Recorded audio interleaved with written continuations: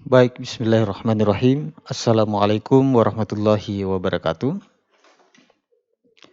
Pada kesempatan ini saya akan menyampaikan materi perkuliahan saya, yaitu sumber belajar. Tentunya masih pada materi kuliah pengembangan media dan sumber belajar. Namun sebelum saya menyampaikan materi perkuliahan ini, saya ingin menyampaikan kepada adik-adik mahasiswa saya, khususnya untuk adik-adik mahasiswa pada program studi pendidikan agama Islam Fakultas Ilmu Tarbiyah dan Keguruan Institut Agama Islam Negeri Ambon, di mana untuk tetap selalu bersabar dan bersyukur juga tentunya dengan kondisi darurat penyebaran COVID-19 ini berimplikasi atau berdampak terhadap proses perkuliahan kita, di mana segala proses perkuliahan dikerjakan dari rumah, di mana adik-adik mahasiswa menerima perkuliahan di rumah masing-masing dan kami pun sebagai dosen mengajar dari rumah.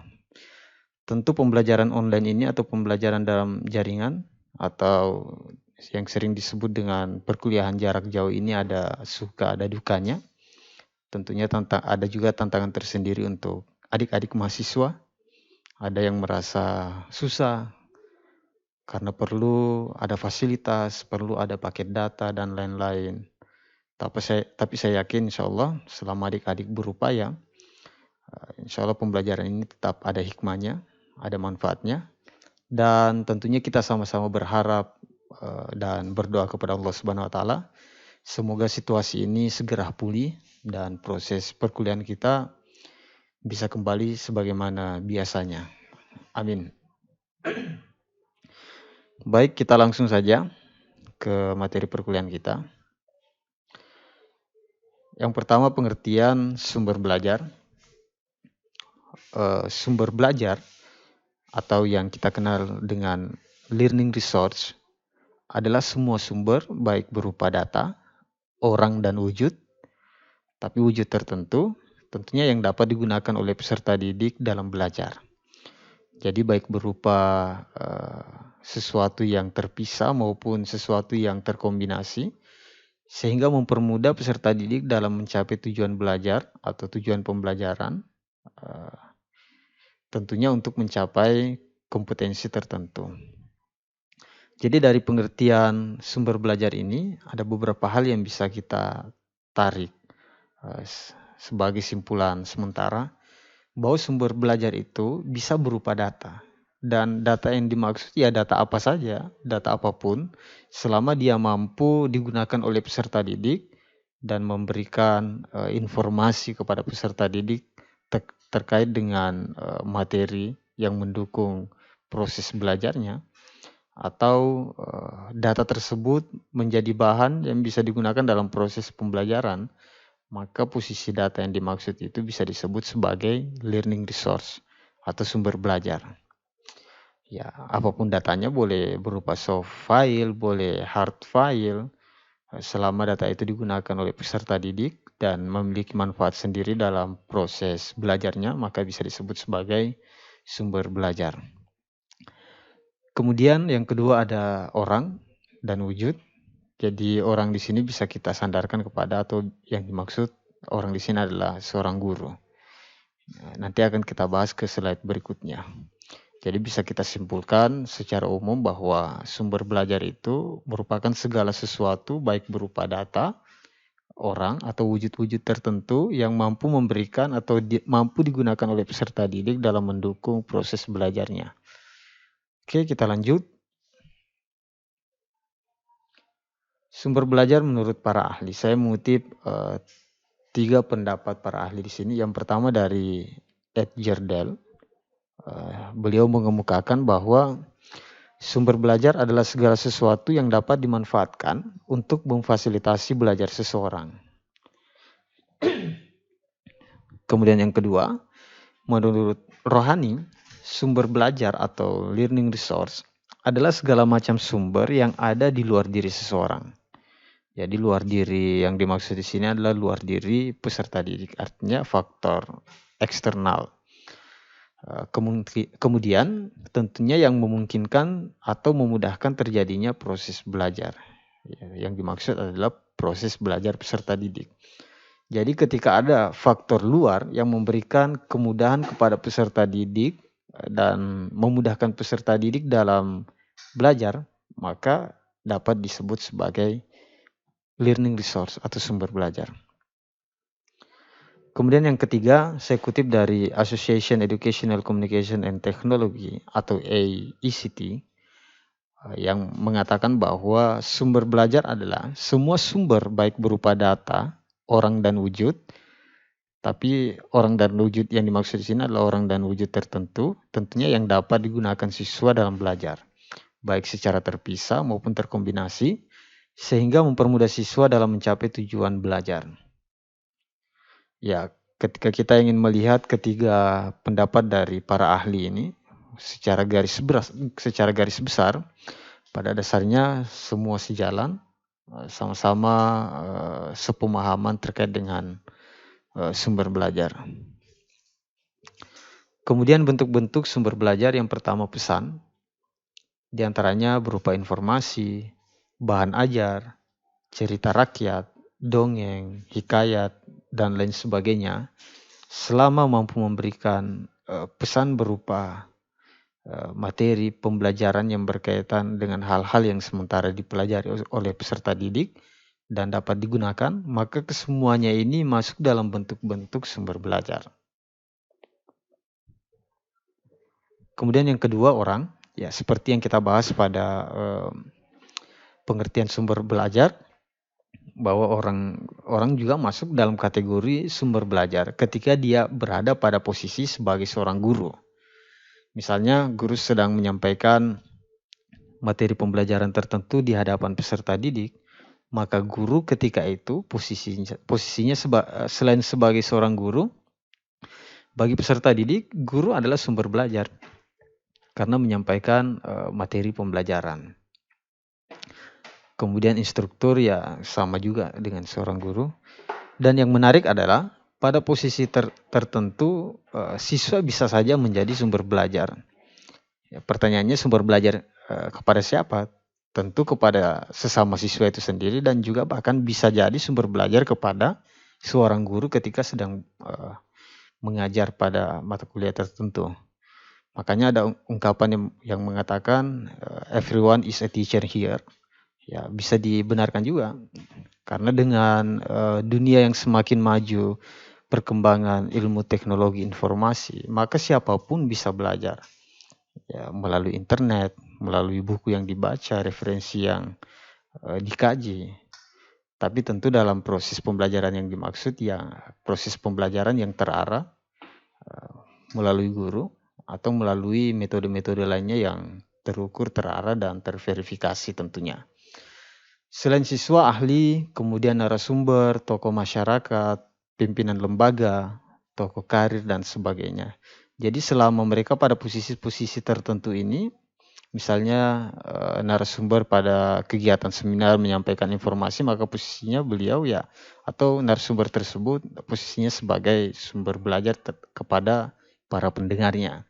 Kemudian tokoh masyarakat memberikan informasi kepada masyarakat tentang pembinaan, dan lain sebagainya, kemudian pimpinan lembaga, ya maka dalam posisi-posisi tertentu tersebut kesemuanya itu bisa disebut sebagai sumber belajar. Kemudian yang ketiga, bahan yang dimaksud boleh berupa buku, kemudian transparansi, film, slide, gambar, grafik. Tentu grafik yang dimaksud yaitu grafik yang dirancang untuk pembelajaran. Kemudian relief, candi, arka, komik, dan sebagainya. Untuk buku saya pikir sudah sangat familiar, di mana-mana semua juga tahu bahwa buku berisi tentang referensi-referensi yang bisa digunakan untuk belajar. Jadi buku di sini sangat jelas bisa digunakan peserta didik dalam belajar karena di dalamnya terdapat informasi-informasi berupa pendidikan, materi pembelajaran, dan lain sebagainya.